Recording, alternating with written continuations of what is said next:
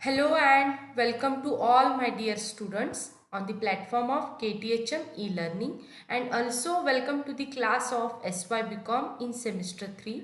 I would like to congratulate to all of you on behalf of Department of Commerce. Myself, Kanchan Suresh Shetty, working as assistant professor in our KTHM college Nashik. Dear students, in this pandemic situation arise due to COVID-19, we are not able to enjoy our regular methods of teaching learning process, and college is also unable to start physical classes for BCom course.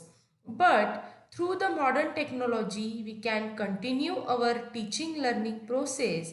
Therefore, we are applying online teaching learning methods to teach to the students and learn by the students on the KTHM e-learning platform. Friends, you may aware that of from the year 2019, your syllabus pattern is choice based credit system, that is CBCS pattern, as per prescribed by the university. According to this pattern, the continuous assessment system is applied by the college for evaluation purpose. So for the second year BCom, business communication is compulsory subject.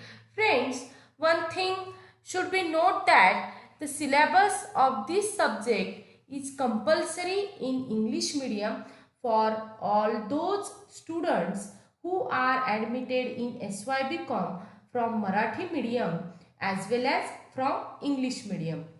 So I request to all of you, try to understand this subject given as prescribed manner. Friends, all of you are aware about some aspects of communication in compulsory English at FYBCom. You may learn those aspects of business communication as a basic, further which we will discuss in detail in upcoming sessions. So, to know the syllabus, before first we try to understand the need of this core subject is given in our revised syllabus.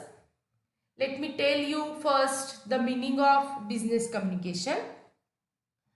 See, it is the process of sharing information between people within and outside a company.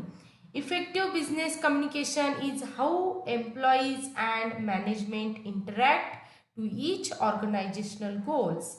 Its purpose is to improve organizational practices and reduce errors. Friends, business communication is evolving at a rapid pace with the introduction of new network-based collaborative technologies leading to dramatic changes in work environments. Information is now exchanged via email, mediums are conducted through video conferencing, and customer information is collected and products are promoted using the internet. So all socio-economic activities require effective communication skills, from preparing resumes to attending interviews, planning strategies, drafting reports, presenting options or new business ideas, making plans and proposals, executing decisions, effective meetings, successful selling, etc. All call for sharpening our writing and speaking skills. And so, this subject is to make students aware of the importance of developing these communication skills. Students, when we are learning this course, that time it is necessary to our point of view to see that what are the objectives of this course. So first objective is to understand the concept, process and importance of communication. Second objective is to acquire and develop good communication skills requisite for business correspondence. Then third is to develop awareness regarding new trends in business communication. Fourth one is to provide knowledge of various media of communication, and last is to develop business communication skills through the application and exercises. With these objectives, we are referred to consider or see the course and see the contents which are prescribed by the university for SYBCom level. Under this subject, revised syllabus is given, and today we will go through the revised syllabus. Here we can see 4 units are given for third semester and another 4 units are given for fourth semester. But now we will discuss about only first 4 units one by one. So let's see. First unit is Introduction of Business Communication. In this unit, we will study introduction, meaning and definition of business communication. Then we will study characteristics and importance of business communication. Next, principles and process of communication. After that, we will study barriers to communication and its remedies. And last, methods and channels of communication. Now, unit 2, business letters. In that, we will study meaning and importance of business letters. Then qualities or essentials of business letters. After that, we will study physical appearance of business letters, and last we will study layout of business letter. See unit number 3, soft skills. Under this unit we will study meaning, need and importance of soft skill, then elements of soft skill.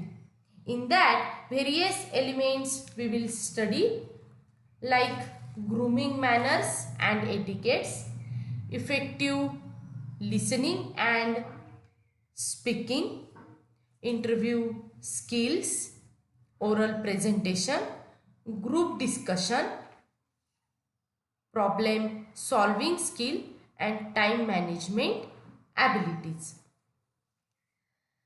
Then last, unit number 4, resume writing and job application letter, in which we will learn introduction of biodata, resume writing and curriculum vitae.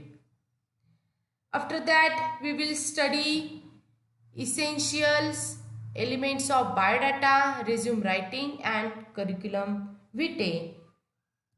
And then we will study meaning of job application letter and how to draft job application letter.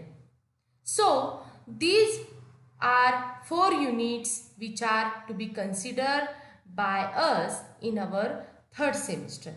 Now let's see some references which will refer to study our subject or to get knowledge about business communication. You can see there are given some list of books, their authors and publications. So first is Business Communication, written by K.K. Sinha and published by Galgotia Publishing Company. Second book is Business Correspondence and Report Writing, written by R.C. Sharma and Krishan Mohan, published by Tata McGraw-Hill Publishing Company Limited. Third one is Communication, written by C.S. Raidu, published by Himalaya Publication. Then fourth is Business Communication, written by Asha Cole, published by Prentice Hall of India.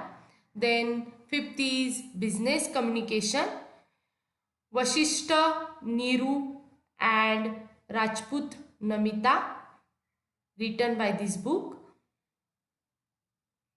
and published by Kitab Mahal. And last name is Soft Skill, written by Dr. Alex and published by S. Chand Publication. Now, friends, all of we consider these contents of syllabus in this semester by observing the aspect of business communication. As well, it is necessary to your point of view that business communication is the course in which the practical aspect is also considered, with an intention to give the proper exposure to the students for understanding the various concepts in practical science. Thereby, it is necessary to your point of view to conduct the practicals and write the journal. When you learn the theoretical aspects in business communication, that time it is necessary that you should also able to understand how these aspects are practically utilized in the business world. With this intention, we'll organize some of the practices. Thereby, practical exposure is provided through by which you are required to conduct the practical and write journal. And your assessment will be also in two parts. One is practical examination and other is theory examination. For this subject, total 4 credits are given. 3 credits are given for theory and 1 credit is given for practical. So we consider the syllabus aspect one by one accordingly, which is provided to us. We will try to develop the communication skills which are the university is expected on this course. Now we will try to know the guidelines for completion of practicals. See, first guideline is at least 3 practicals should be completed during each semester by students in consultation with the subject teacher. That means you must be complete at least 3 practicals for 3rd semester and remaining 3 practicals for 4th semester. Second guideline is practical should be based on visit as well as library assignment, project based and activity based. It means methods of practicals should be based on visit as well as library assignments, project based and activity based. And then third guideline is students should discuss with the subject teacher at the time of selection of practical topic. And last guideline is if a student fails to complete minimum number of practicals, then the student shall not be eligible for appearing at the practical examination. So I think you all got the clear image of your subject. We will start for first chapter in next lecture. Till then, thank you. Have a nice day.